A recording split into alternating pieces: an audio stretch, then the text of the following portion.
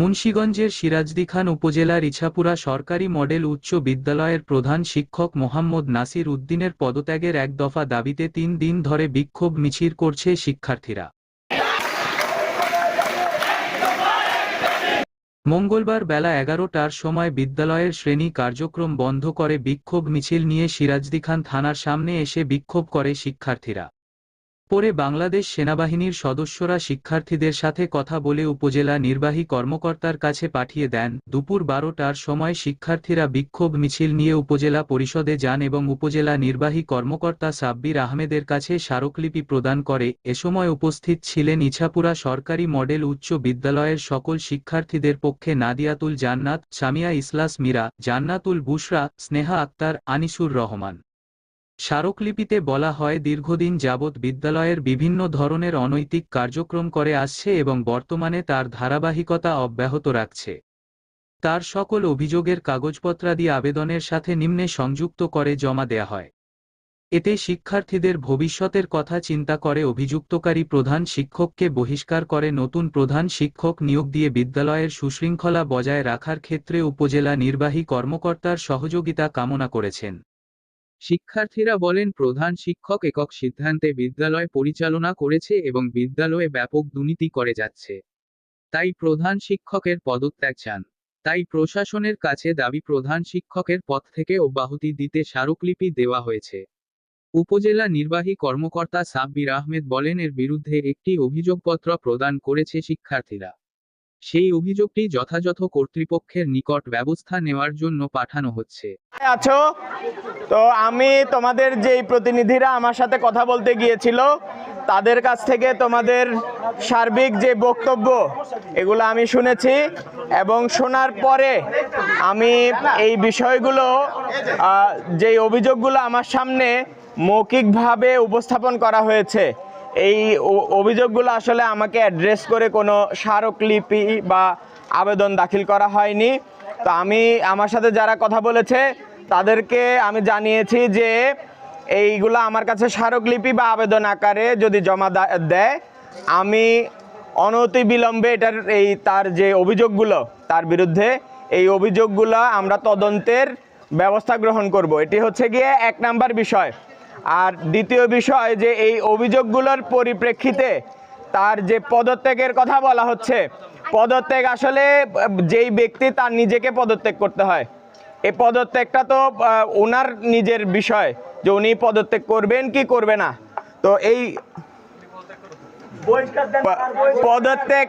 পদত্যাগ করার বিষয়টা ওনার নিজের হাতে। তো এটার বিষয়ে আমরা ওনার সাথে আলাপ করব, ওনাকে পরামর্শ বা যা বলার সেটা আমরা বলবো। ওনার অভিযোগের বিষয়ে যদি ওনার কোনো বক্তব্য থাকে, প্রত্যেকেরই আইনগত অধিকার আছে অভিযোগগুলো কি সত্য কি মিথ্যা। আমি ছাত্রছাত্রীদের কথা শুনেছি, কিন্তু এগুলো আসলে অভিযোগ যখন আসে এটা স্বাভাবিকভাবেই তদন্ত করে একটা প্রমাণের বিষয় আছে। আজকে আমরা এখানে অনেকেই উপস্থিত আছি যে আমাদের বিরুদ্ধে যদি কেউ একজন অভিযোগ উপস্থাপন করে, এটা তো তাৎক্ষণিকভাবে আসলে প্রমাণ না করে বিচার করা যায় না। তো যার বিরুদ্ধে অভিযোগ তারও বক্তব্য নিতে হয়। তো আমার কথা হলো যে আপনারা যদি অভিযোগগুলো আমার কাছে এই প্রমাণগুলো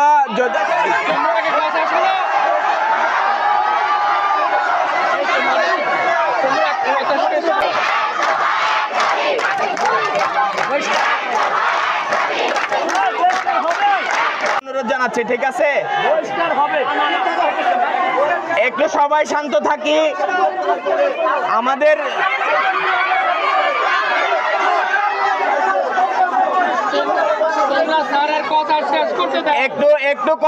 একটু কথা বলতে না দিলে এখানে বক্তব্য শোনার মতো মন মানসিকতা আমাদের থাকতে হবে। এই যে ওনার বিরুদ্ধে যে অভিযোগ যে উনি কারো কথা শোনেন না, এই কারণে হচ্ছে গিয়ে আজকে ওনার বিরুদ্ধে এই অভিযোগগুলো আসছে, আজকে আন্দোলনটা হচ্ছে। আমরাও যদি একই রকম আচরণ করি, আমি উপজেলা নির্বাহী অফিসার কথা বলছি, আমাকে যদি আপনারা কথা বলার সুযোগ না দেন তাহলে আমি কিভাবে ব্যবস্থা নিব? আমার কথা একটু মনোযোগ দিয়ে শুনেন। আমার কাছে লিখিত অভিযোগ দেন।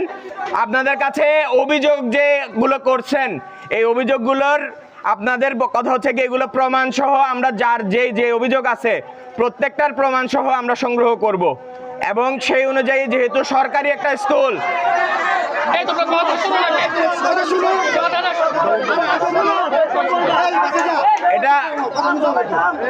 এটা আমরা হচ্ছে গিয়ে অভিযোগের নিয়ে প্রমাণগুলো নিয়ে আমরা তার বিরুদ্ধে ব্যবস্থা নেওয়ার কার্যক্রম শুরু করব। কিন্তু এগুলো প্রত্যেকটা জিনিস আমরা তো প্রত্যেকটা ক্লাসে পড়ি, তাই না? ক্লাস 6, 7 এক লাফে তো ক্লাস 10-এ উঠতে পারি না। একটা অভিযোগ দিলে এগুলো তদন্ত করতে অন্তত 3 দিন, 5 দিন, 7 দিন সময় লাগবে। এই ক্ষেত্রে আপনাদের কাছে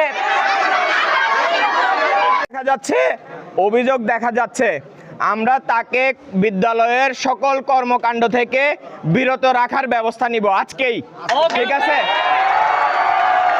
বিদ্যালয়ের সকল কর্মকাণ্ড থেকে সে যেন বিরত থাকে, আর তার বিরুদ্ধে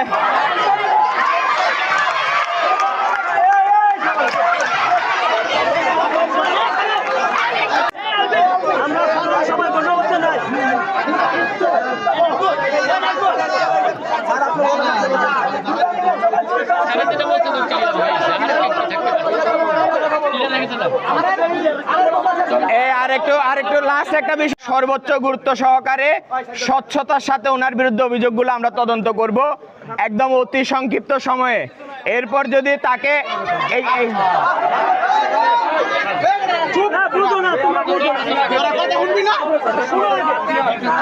এখন অভিযোগের যে তদন্ত করব, আপনি বলতেছেন ডেট দেওয়ার জন্য, এখনো অভিযোগই পাই নাই হাতে, খালি মৌখিক অভিযোগ পাইছি। পড়ালেখার কোনো ক্ষতি করবে না, তোমরা বিদ্যালয়ের যে একাডেমিক কার্যক্রম এগুলোতে অংশগ্রহণ করো, কিন্তু এইভাবে যদি তোমরা সবাই মিলে একটা নির্দিষ্ট সময়ে দাঁড়াইতে চাও তাহলে সেটা দাঁড়াইতে পারবা, কোনো অসুবিধা নাই। তোমরা নিজেরা সতর্ক থাকবে।